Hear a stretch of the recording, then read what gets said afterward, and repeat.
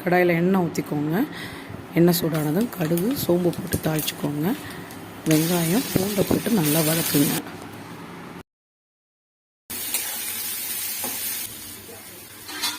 கருவேப்பிலை சேர்த்துக்கோங்க. சின்ன தக்காளி சேர்த்து நல்லா வதக்குங்க. உப்பு சேர்த்துக்கோங்க, சீக்கிரம் வதங்கிடும். இப்போ முருங்கைக்காய் போட்டு நல்லா வதக்குங்க. மஞ்சத்தூள் மிளகாத்தூள் போட்டு நல்லா மிக்ஸ் பண்ணிக்கோங்க. கொஞ்சமாக தண்ணி சேர்த்து மூடி வச்சுருங்க. சிம்மில் வச்சுருங்க. கொஞ்சமாக மிளகுத்தூள் சேர்த்து நல்லா மிக்ஸ் பண்ணிக்கோங்க. கடைசியாக மல்லித்தலை போட்டு இறக்கிடுங்க. அவ்வளோதாங்க, முருங்கைக்காய் கிரேவி ரெடி.